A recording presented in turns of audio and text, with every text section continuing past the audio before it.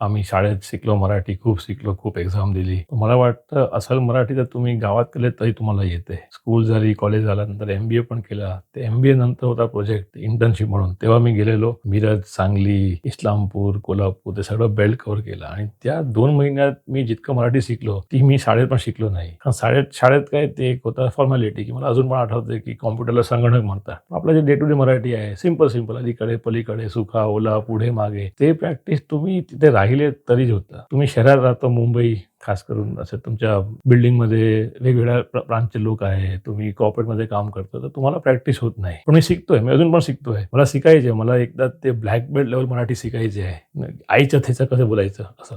कारण मला आता पण पटकन बोलता येत नाही. पण मी शिकतोय कारण मला सोय आहे, मला आवडते आणि एक लक्झरी आहे. तर मला वाटतं जे लोकं इथे श्रमिक लोकं येतात, लेबर लोकं येतात, वेगवेगळ्या प्रांतात काम करायला, इतक्या उन्हाळ्यात काम करतात. सगळं किती महाग झाले आहे. गॅस पण नाही. त्या लोकांना तुम्ही धरून, मारून, चलान देऊन तुम्ही फोर्स करणं, की हात भासामध्ये बोल.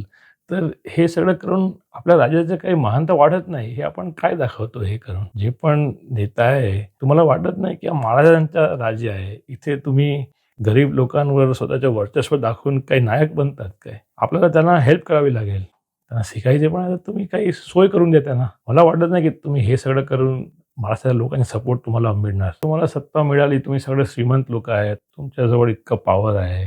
आता आणखी तुम्हाला काय प्रूव्ह करायचं आहे? काही वेगळं करा ना. मला वाटत नाही हे सगळं करून बहुतेक लोक जे आहे महाराष्ट्राचे तुम्हाला सपोर्ट करणार. मी पूर्ण 2 मिनिटांचे व्हिडिओ पाहिले म्हणून मंडळी आभारी आहे. जसं मी सांगितले मला पटकन बोलता येत नाही, पण मला वाटलं महाराष्ट्रामध्ये आहे. आपण एक व्हिडिओ तर करूया मराठीमध्ये. धन्यवाद आणि ॲज ऑल्वेज जय हिंद, जय महाराष्ट्र.